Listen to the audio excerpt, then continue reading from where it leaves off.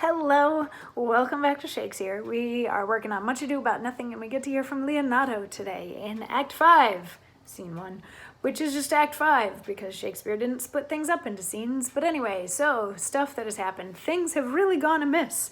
Like, this was supposed to be a cute little play about Claudio and Hero trying to get married, and about the other groups of people trying to get Beatrice and Benedict to fall in love with each other, which they kind of sort of have, or at least they admitted to each other that they do. And then Beatrice told Benedict that he should kill Claudio because Claudio jilted Hero because Borachio flirted with Margaret in Hero's bedroom window, and all of this sort of stuff is a mess. And now we're pretending that Hero is dead so that we can make Claudio feel bad about what he's done, and things have really gotten out of control. But anyway, the important thing is here, we are pretending that Hero is dead, and everybody wants everybody to think that Hero is dead. So we kick off this scene / act with Leonato talking to his brother Antonio, and presumably, I mean, Leonato knows that Hero isn't really dead, but he's pretending that she is. Antonio presumably doesn't know that she's dead, but in any case, Leonato is angry, and then he gets to like throw the whole grief thing on top of it too, because Hero was supposed to marry Claudio, and her reputation has been totally besmirched, and if they can't figure this whole thing out, then she's gonna have to live out the rest of her life in a nunnery, and that means he won't have grandkids and all of that sort of thing. So apparently he's been playing the sad sack for quite some time, and the scene kicks off with Antonio saying, like, you shouldn't be so hard on yourself, and that sort of thing. And Leonato says, I pray thee cease thy counsel, which falls into mine ears as profitless as water in a sieve. Give not me counsel, nor let no comfort delight mine ear, but such a one whose wrongs doth suit with mine. Bring me a father that so loved his child, whose joy of her is overwhelmed like mine, and bid him speak of patience. Measure his woe the length and breadth of mine, and let it answer every strain for strain, as thus for thus, and such a grief for such, in every lineament, branch, shape, and form. If such a one will smile and stroke his beard, and sorrow wag, cry when he should groan, patch grief with proverbs, make misfortune drunk with candle wasters, bring him yet to me, and I of him will gather patience.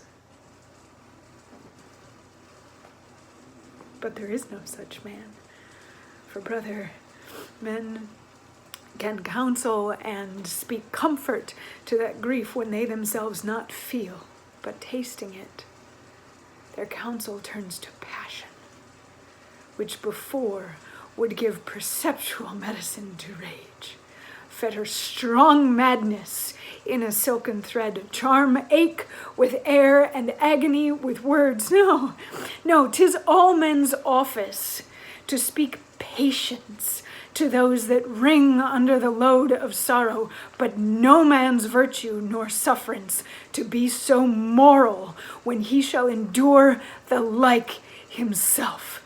Therefore give me no counsel. My griefs cry louder than advertisement.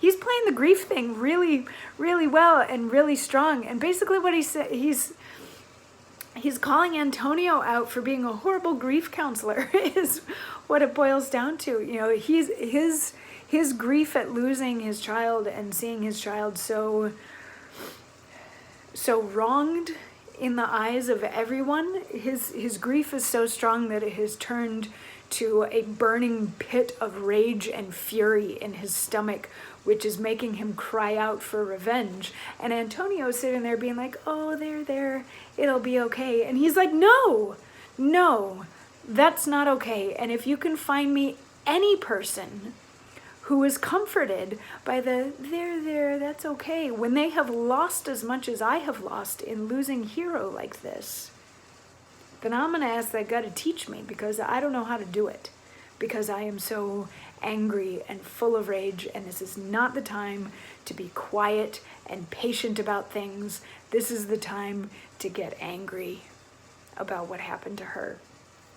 And Antonio's like, okay, well, yeah, but don't like let the grief eat you entirely. Like, you should also hold the people responsible who did this to her in the first place, like Claudio and the prince. Make sure that at least some of your anger is going in that direction too.